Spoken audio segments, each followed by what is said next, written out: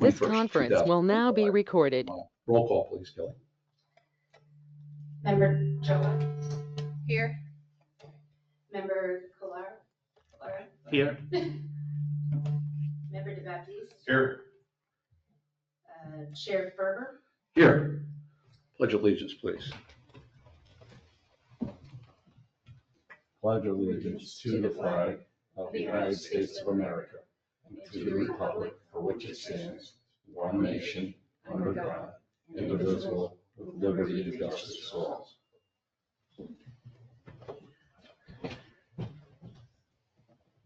Okay, we'll start it out with public comment. Do we have any public comment today? No. Okay. But I can talk during the items, right? Yeah, of course you can, without a doubt. No public comment. We'll close public comment at this point. Approval of minutes. So moved. All in favor? Aye. Aye. I need a second. Did Second. you second? Second. All in favor? Aye. I think we're getting feedback from this microphone. Yeah. So while we wait for the all the town planner, engineer, town zoning official to come in, let's go ahead and discuss item number 3 on the agenda.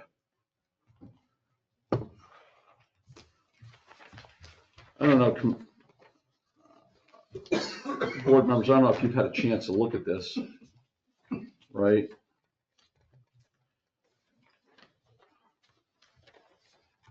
And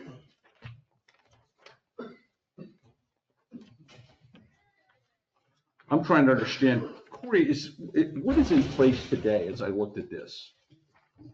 Is this the code that's in place today, 64-41? It is, yes. Okay, There, that's what's there in. are, there are several other sections of the code that relate to some accessory structures as well, and I'm happy to point those out. Why don't you just if you could start up and just give me an overview of your overview of the accessory structures, right? Yes, sir. There are, let's see, 5 or 6 different sections of the code that address accessory structures in some way. 6441 is specific to accessory structures, and that requires that all accessory structures be on the same lot as the principal building and meet all of the same setbacks as the principal building. So if your side setbacks are 15, then the accessory structures also have to be 15. It does allow sheds, for instance, that are less than 100 square feet and less than 7 feet in height to be within 3 feet of the side and 5 feet of the rear. 6442 is regarding pools. That gives some flexibility to those structures, allows them in all yards within 5 feet of the property line and 5 feet of the building. 6444 is regarding fences, walls, and hedges, and allows for fences and walls now are a little different, but allows them on the property line without any setback. 6445 is for driveways, requires that they be set back 10 feet from the property line, and that's of course at the right of way, and is to address any conflicts for driveway ingress and egress. 6450 is mechanical equipment. That's air conditioning, pool equipment, things of that nature, requires a 10-foot setback. Also addresses generators and requires the generators be set back, the same setback as the principal building, unless those setbacks can't, in the words of the code, can't be reasonably achieved, in which case a 5-foot setback can be provided, so long as there's adequate buffering. And I should have mentioned that buffering is a requirement for other things like mechanical equipment as well. 6460 addresses decks, patios, stoops, steps, things of that nature, all of which are sort of like at-grade improvements and those are required to be set back at least 5 feet. So that, at least in my review of the code, those are the items that are specific to accessory structures and some related accessory structures. And of course, just for your consideration, there are some practical issues, one of which is drainage, which the town engineer would point out, one of which is easements. And of course, depending on the type of easement, no structure could be allowed without the consent of the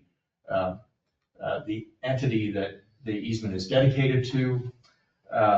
Height of accessory structures and impacts on neighboring properties would also be another practical consideration.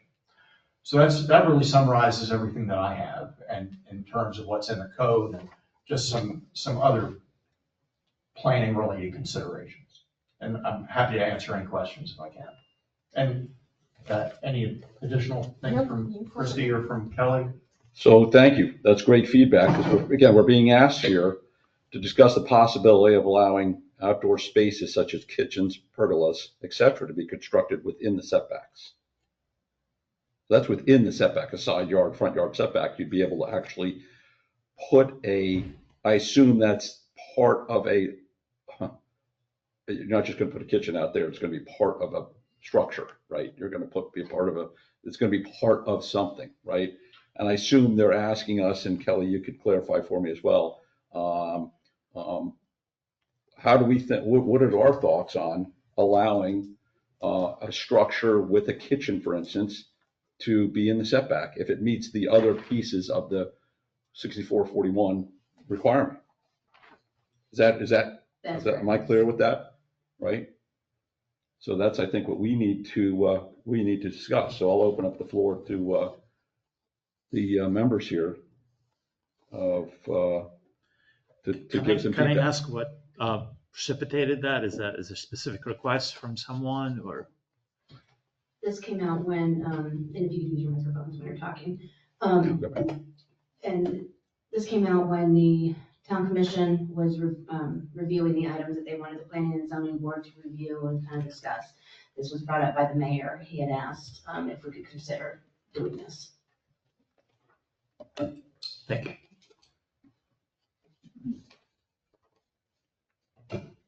Mr. Chair, if I can add, historically, the town has dealt with requests like this where someone wants to put something in a setback, like a structure, a kitchen or something like that, through a variance process. Yes. And require them to show a hardship. And that goes to the Board of Adjustment for its review and consideration. So that's just how it's been handled in the past. This is a hard issue, especially with some of the town's properties being on the waterway. If you think about starting to build structures in the setback, you do run into some issues with, obviously, your water views. So it becomes a lot more complicated than just saying, oh, okay, well, let's let someone build a structure, closer to the setback. You may be impacting a neighbor's view. Yes. So that's one consideration that has come up before the Board of Adjustment as well.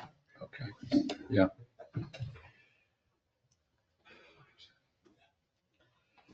Can we just clarify, so the side setbacks are 15 feet, correct? Can you use your microphone, please? Oh, sorry.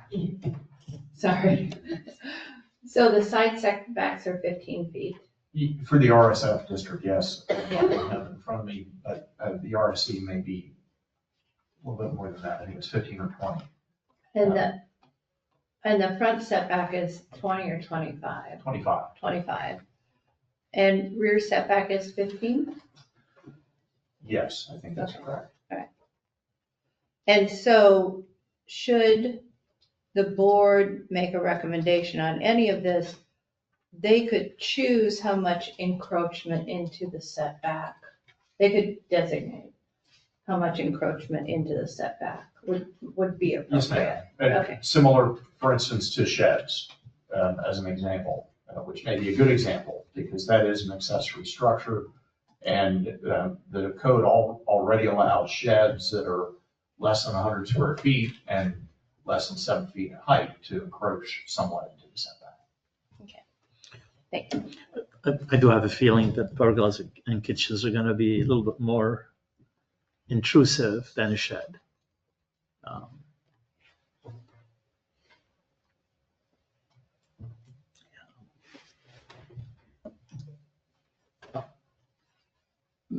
Keeping at the Board of Adjustment allows the scrutiny necessary, I think, to keep what it should have, right? I don't know, in asking us to make a recommendation that we give more, we expand the scope here. I'm not sure that's, that would really, Chris, would entail really some Polly's kind of saying, how are we defining that, right? We'd have to really come up with a real definition versus allowing the public to come into the Board of Adjustment and say, hey, listen, this is what I'm thinking about. I need hardship here. I guess we're trying to remove the hardship side of it here, right, by giving this. And I'm not sure I think that's a good idea from my perspective. I'd like to see it go to the Board of Adjustment. These are items that I thank you, Christie, because a guy putting I love tiki huts, right? But a guy putting a tiki hut in the backyard there and saying, hey, I'm going to put an outdoor kitchen in my tiki hut, and the neighbor across the canal looking across at the tiki hut maybe doesn't want to see that, right?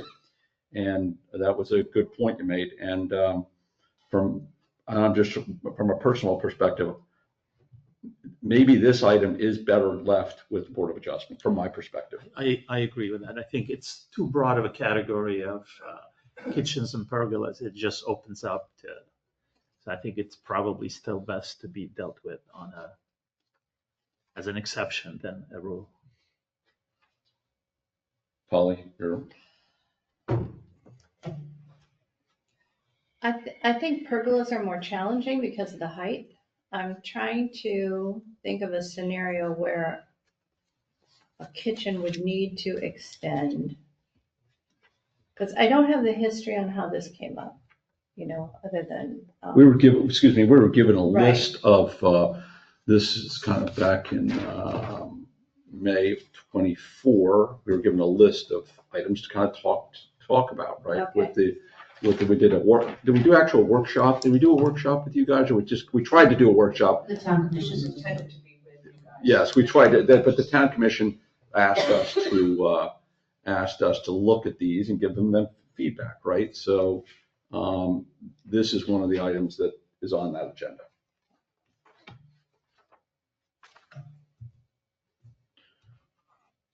Well, if we need to,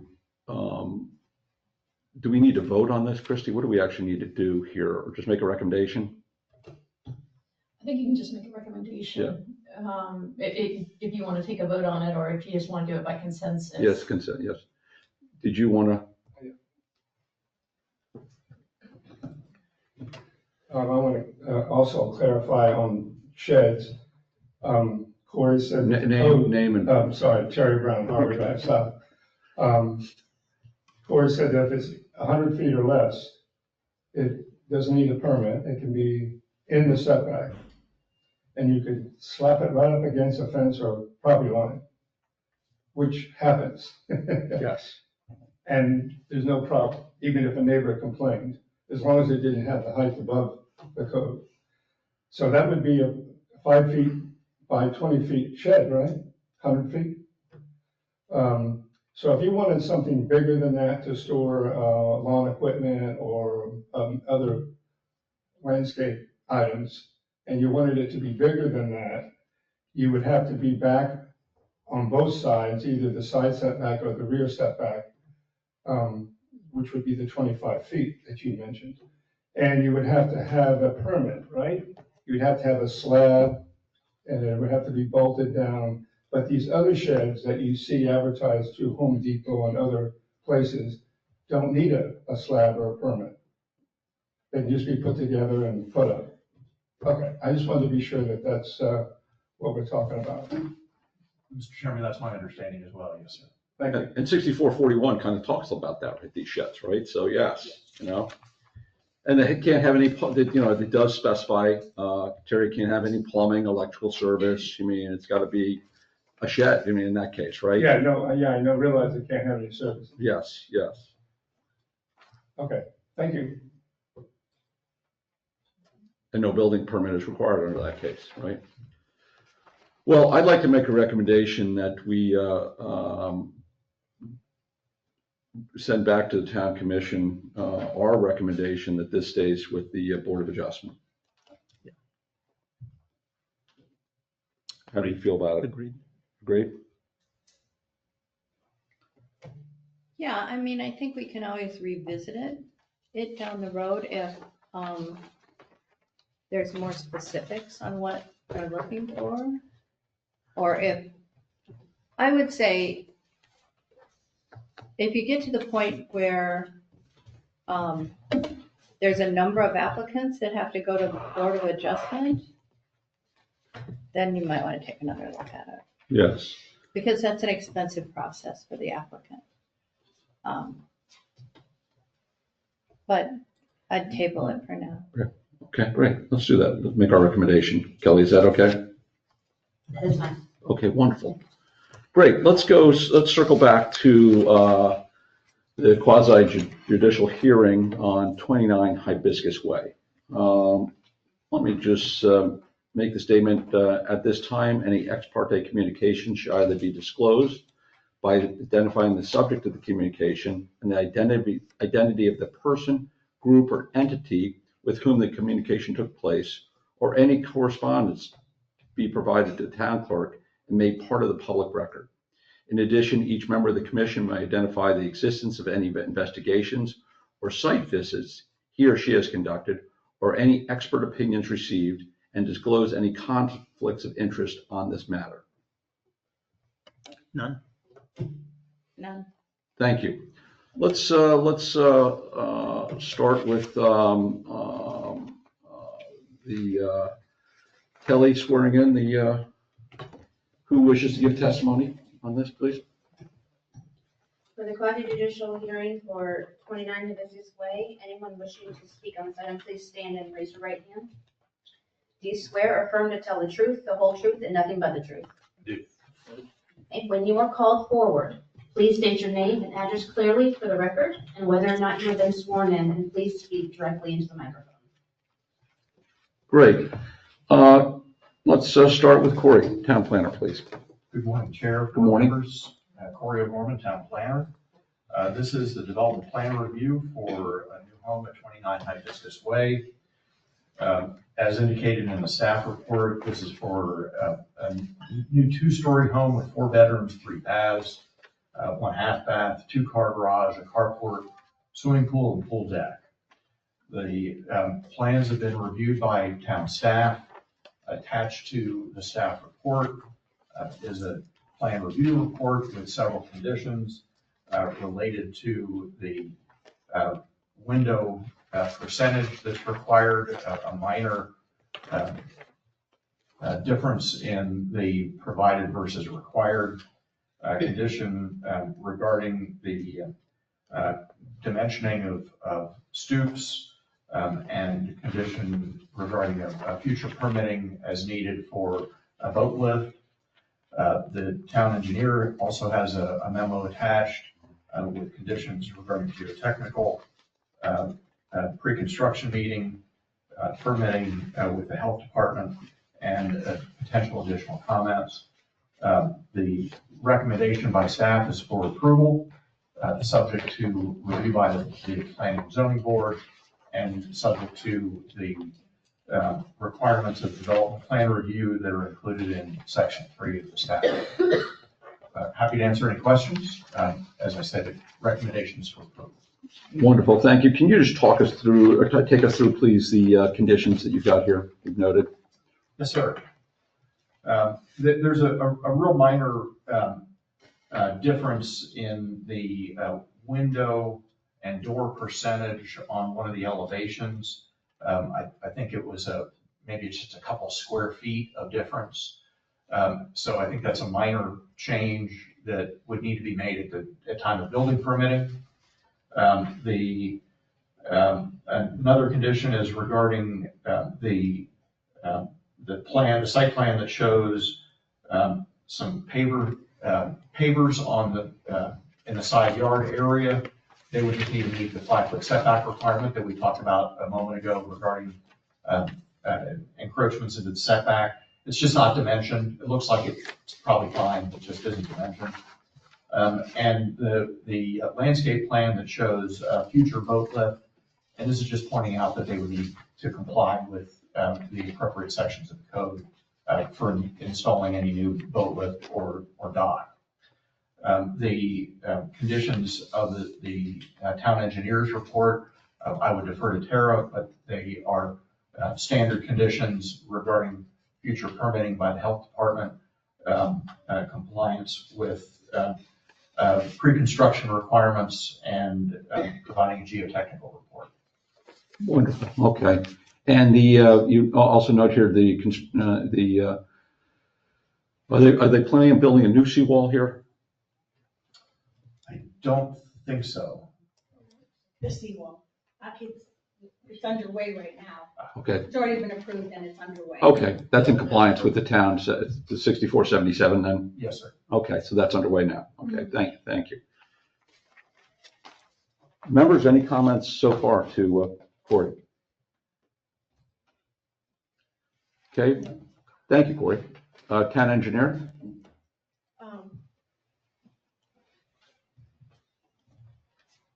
Corey had summarized it, but my comments are typical for approval of the DRP and conditions for building permit. Okay. Everything checks out? Yeah, they have to submit a geotechnical report for their exfiltration calculations. We need that information. Same, City of West Palm Beach, we always ask for that. Health Department, we always ask for that. And then, we always have a caveat that there may be more comments for at time of building for it. Okay. For those little They things. haven't submitted those items yet so far, though? The geotech? No, exactly, that's why. Okay, so you will review that, of course, and make sure it's fully in compliance with what we need, right? Yeah. Okay, wonderful, thank you. Zoning official, Manny, see his back row back there. Manny Flash, zoning officer for the town of Ocean Ridge. At this time, the measurements and calculations that they submitted was reviewed by me, and at this time, they did meet the requirements as per the zoning regulations. Okay. What is the finished floor going to be here? Andy, do you remember? No, But we're meeting the new code, I assume, the updated right, FEMA right. code, right? Yes. Okay, any questions? Manny? Any questions? No? Okay. Thank you. Thank you very much. Okay, great. We will, Christie, any questions or any comments on your end? No comments. Okay, thank you. And they included a warranty deed. I didn't, whatever, that's not really necessary. Okay, let's open up for the applicant now to make their presentation, please.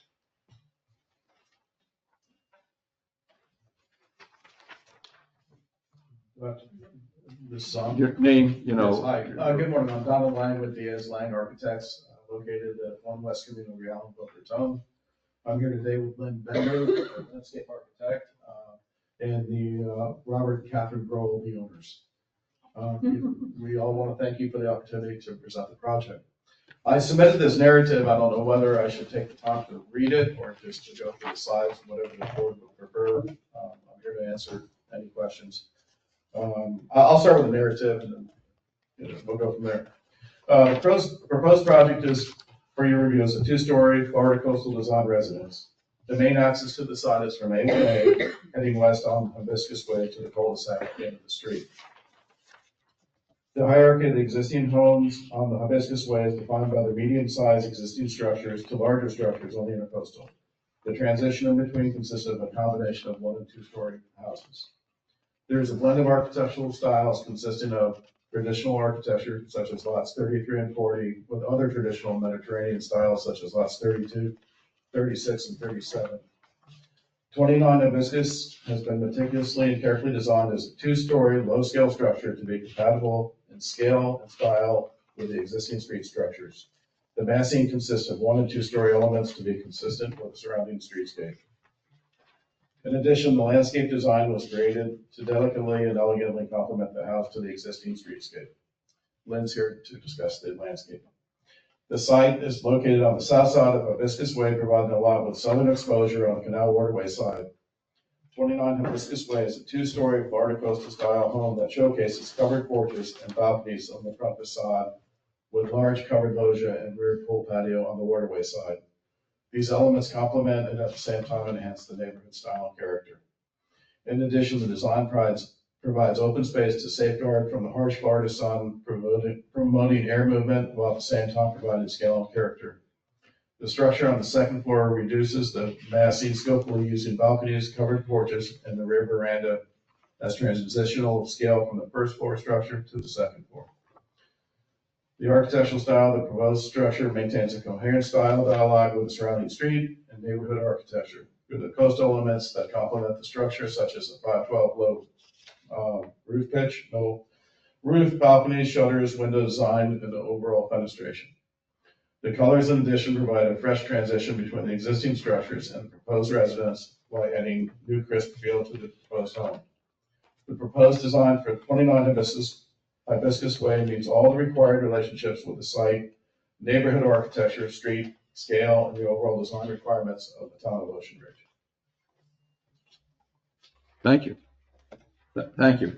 And I just wanted to bring up that on the resubmission, the slides you're looking at, we did update the window calculations, the size, and we do meet the zoning requirement for that.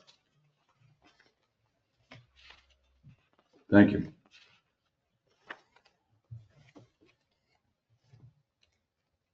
Is there a public comment on, I mean, listen, is that your present, you want to continue your presentation on the landscape as well?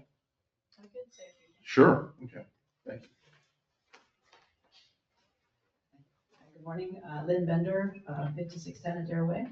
I was the landscape architect and meeting the code to meet all the requirements based on landscaping we've achieved and working with plants, materials that are conducive to this kind of area, so close to the ocean and the winds and the salts, and including the natives too, as much as we could. I know it was a tight fit up front with the conditions with septic and drain fields and all that, so we did our best to try and blend in with the neighborhood. I think the 3D graphics, we worked closely with the graphic designers and trying to make it look exactly like it's going to be looking. Work closely with changing plant types and stuff to have it look like that. So I think those graphics, I think, would tell the tale better than some of the plan views. Go back to those. Being that the site has some, going to a higher elevation and pretty much every inch of the site is being touched with either grade changes and undergrounds and drainage and stuff. None of the existing material is being saved at this time.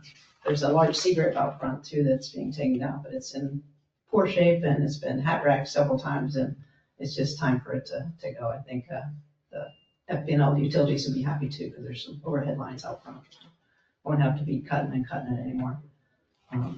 So the front yard, we're adding some elements just to help with the scale. We've got some palm trees on either side and up front along the driveway. The front sidewalk area, we have 3 native trees with some native shrubs underneath just to kind of give it an enclosure of the front yard. The side yards, like that picture in particular, there is actually a neighbor's hedge that's already 15, almost 18 feet tall. That's so you wouldn't be, from that view, you wouldn't really be seeing the side view. Your neighbor already has a hedge that goes the whole perimeter. So that was just to kind of show more of the architecture. In the back there, we have a tiered, because of the elevations, we have some steps going down to the new dock. Tried to add some color. I know we've got the iguana problem and stuff, so I try to use material that's best to give you a little bit of color, but Exors seem to do really well, so that's some of the plant material we use to just have some color because they don't need those flowers. And then adding the palm trees for just some breaking up the views and a little bit of privacy from the waterway. Thank you very much. Let's open up for public comment. Terry Brown, Harbor Ground South. When I looked at the plans, I noticed that, of course, it's an odd-shaped lot because of the angle of it when it was developed. But the pool is awfully close to the neighbor's pool.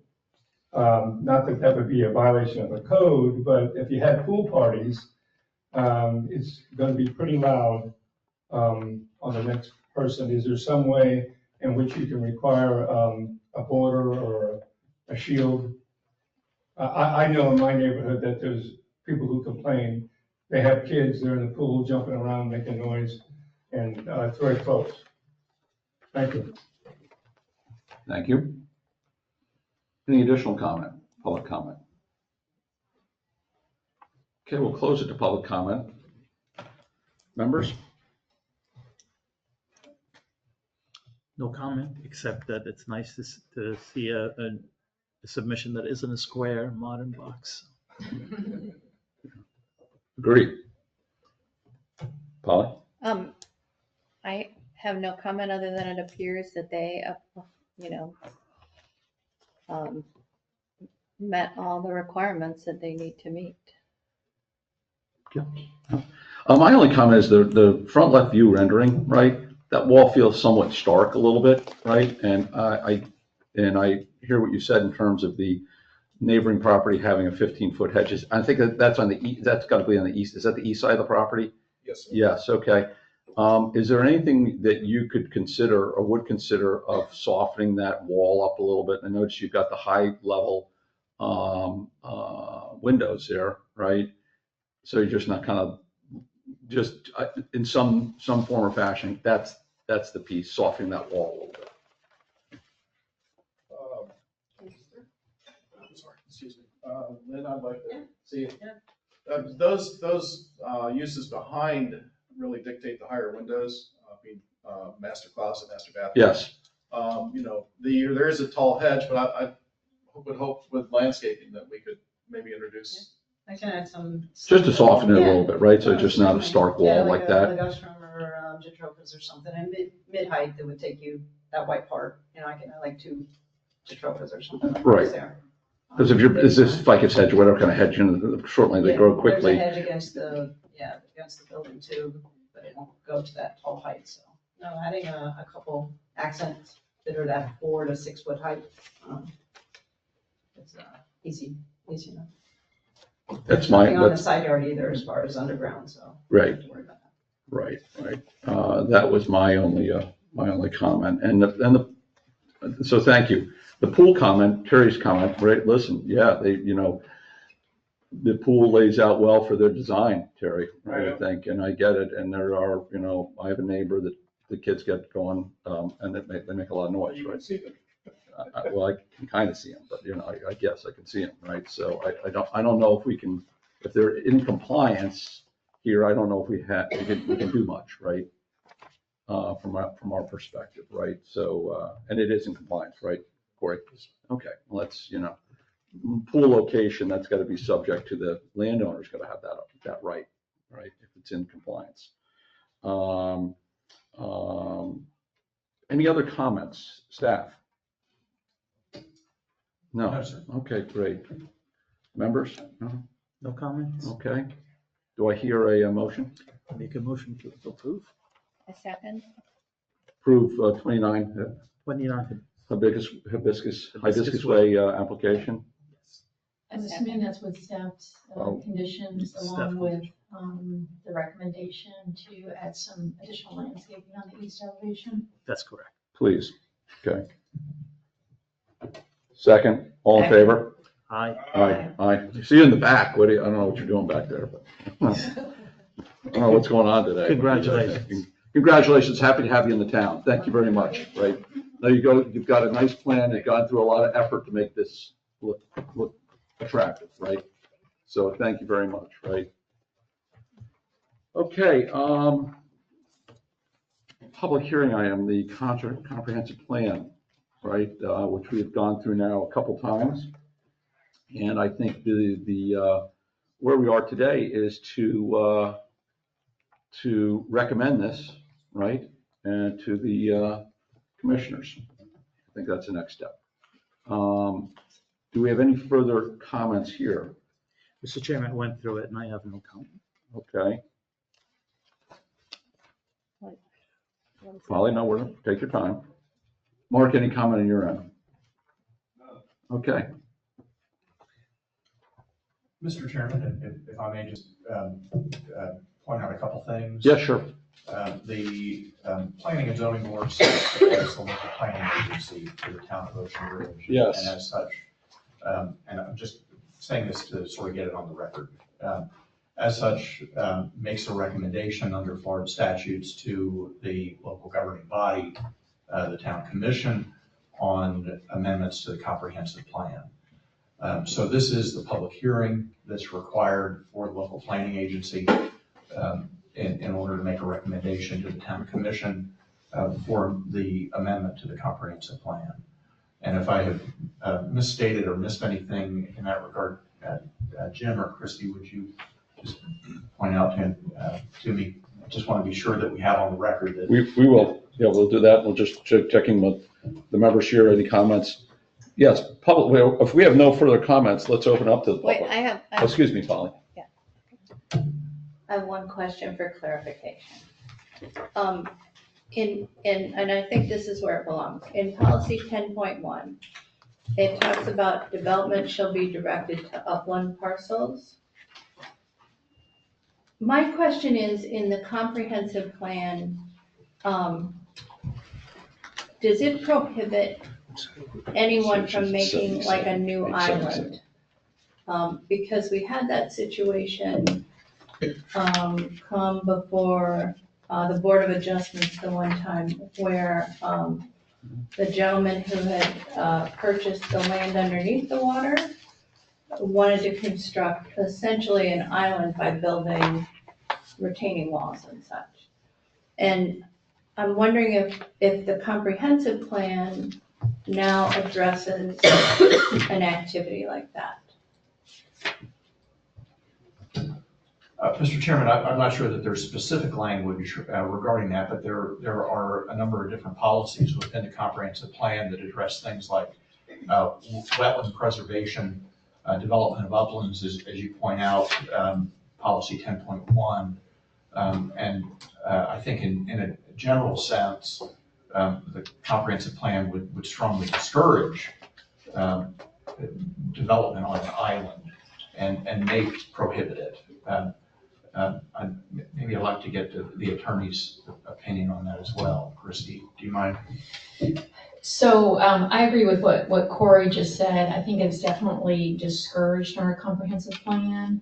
Obviously, when you're changing your comprehensive plan along with your land development regulations, you have to be sensitive to any kind of expectations that current property owners have with regard to development of their property. So I don't think this is a major change to the comp plan because I believe that language already exists and is repeated in the land development code. But I think the issue you're talking about is that the gentleman came forward with construction of seawalls where there currently is no development, obviously submerged property without any plans to actually construct. And I believe that was the Board of Adjustment's opinion that it's an accessory use and you can't do an accessory use without having a full plan for what you're actually constructing. And that decision was upheld on appeal to the circuit court. So we've set precedent with that.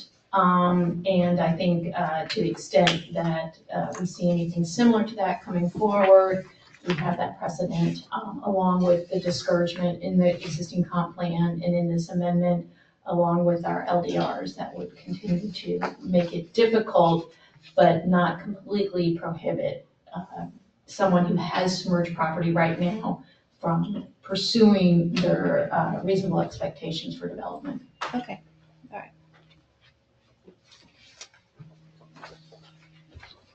right. Maybe just a step back, Corey, thank you too. What we're seeing here today are from the original, is this from the original draft that you gave us to the changes that we're making and the recommendation that's going forward here. Is that correct? Yes, sir. Okay. Not from the last draft, but the original draft, these are all the changes. I've incorporated the changes that we discussed over the course of the meetings. Yes, sir. Jim, do you want to? Yeah, thank you, Jim. No, I really don't have anything to add to that. We started out with the town's current comprehensive plan. And then over the course of our meetings with the staff and consultants and the local planning agency, we made a whole series of changes, which are highlighted in underlined, striped through in yellow. So that those changes are not just those that have occurred since our last meeting. Those are changes that have occurred since day one. Day one, right, that's what I'm saying, okay. Wonderful. Thank you. Let's open up to the public for public comment, please. Morning. Carolyn Cassidy, 7 Hudson. In the potable water discussion, you referenced the fact that we had a contract in 1990 that was for 30 years. So now we are in year 5 of operating without a contract that can be terminated by either party, Boynton Beach or us, at any time. Is this the appropriate time to talk about actually entering into a new contract with them? Because the way it's written, we have no leverage should they want to terminate the contract. Maybe Christie. I believe that they have to give a year's notice, at least under the agreement, so it's not like they could show up tomorrow and say, we're done. So yes, the contract, actually, the agreement with Boynton continues until we get a notice of termination. So the term has technically expired, but it continues to exist. So that's where we're at, and I have been at for some time with Boynton, because our last conversation with them was quite some time ago. All right, I'll bring that in a different form then. In the coastal management element, you referenced the coastal construction control line, and the map clearly shows both lines, the 79 and the 97, and they're very different, but you never reference in the text which one you're referring to.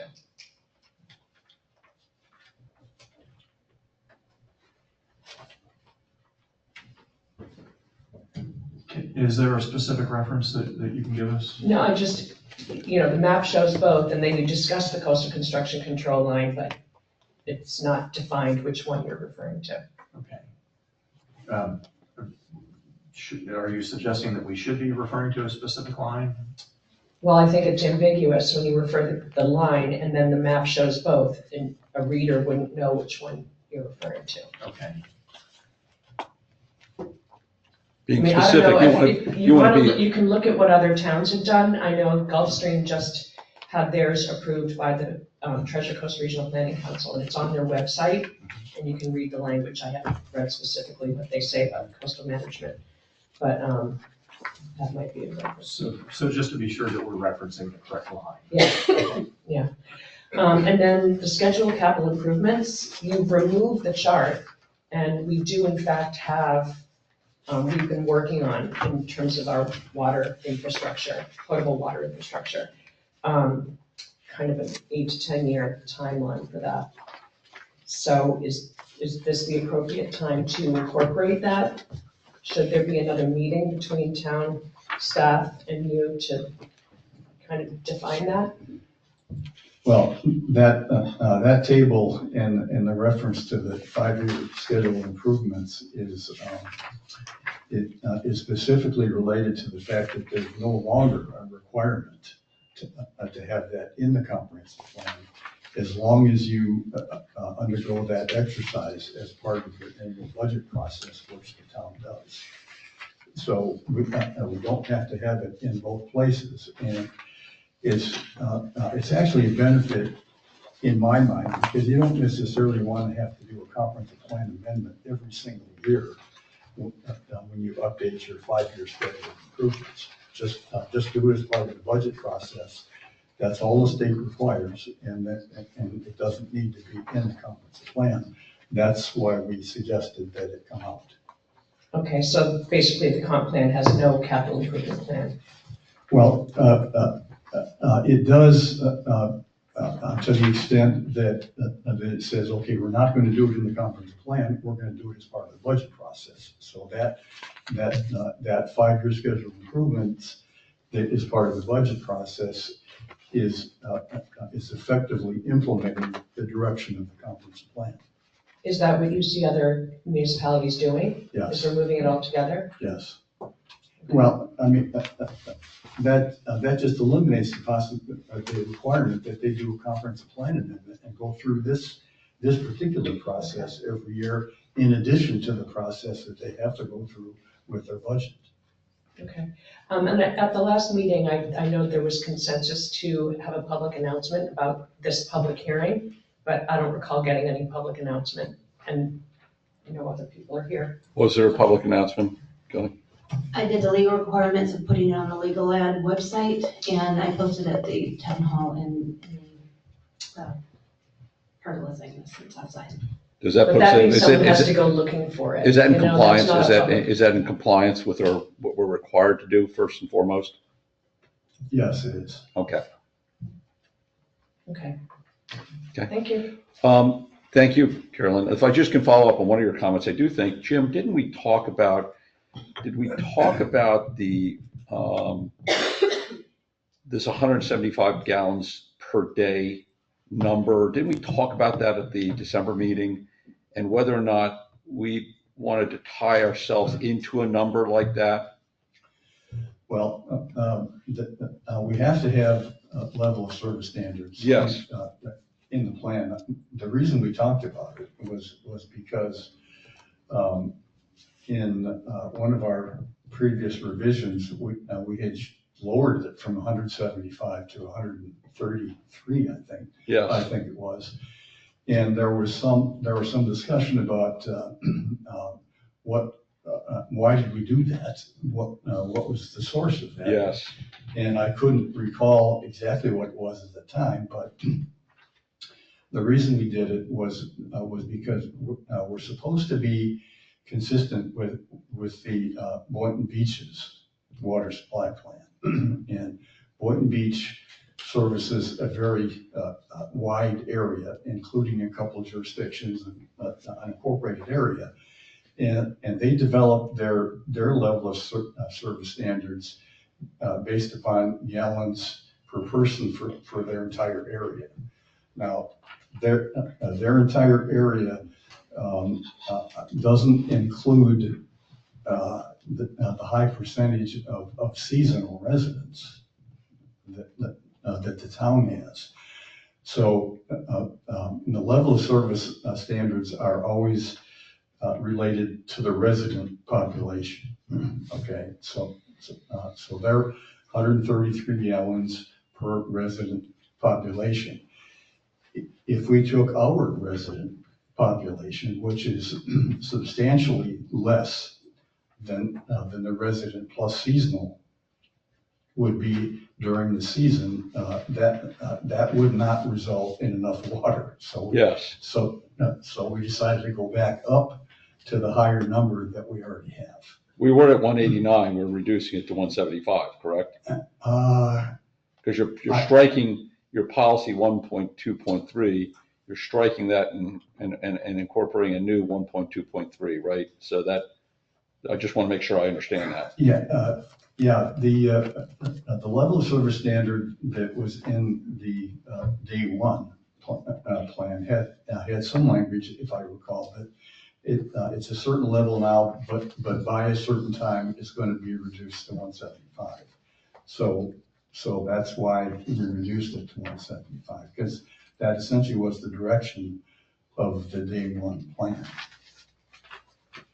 Thank you. Any question? Any further public comment? Commissioner Cassidy brought up an item that I've talked about over the years, long before she was on the commission, about it being more public notice and participation in these types of meetings on the comp plan. I just wanted to bring that up. It hasn't happened, and she's right. But I did want to ask regarding the fact that we live in a disaster zone, and you saw what happened last year with the west coast and into the central part of the state. Is there a requirement by the state to have an element of mitigation when communities are directly in disaster areas? Is there some requirement that the community is noticed in the comp plan and the state is acknowledging that this is a disaster zone, potentially super dangerous? And I don't see any element like that. We have a construction line, coastal construction line, but that just says, if you're beyond that line, you can build, but you gotta do it differently. So what's happening there statewide with all these communities that are being wiped out? Are they allowing homes to be built again in those areas, in low-lying areas?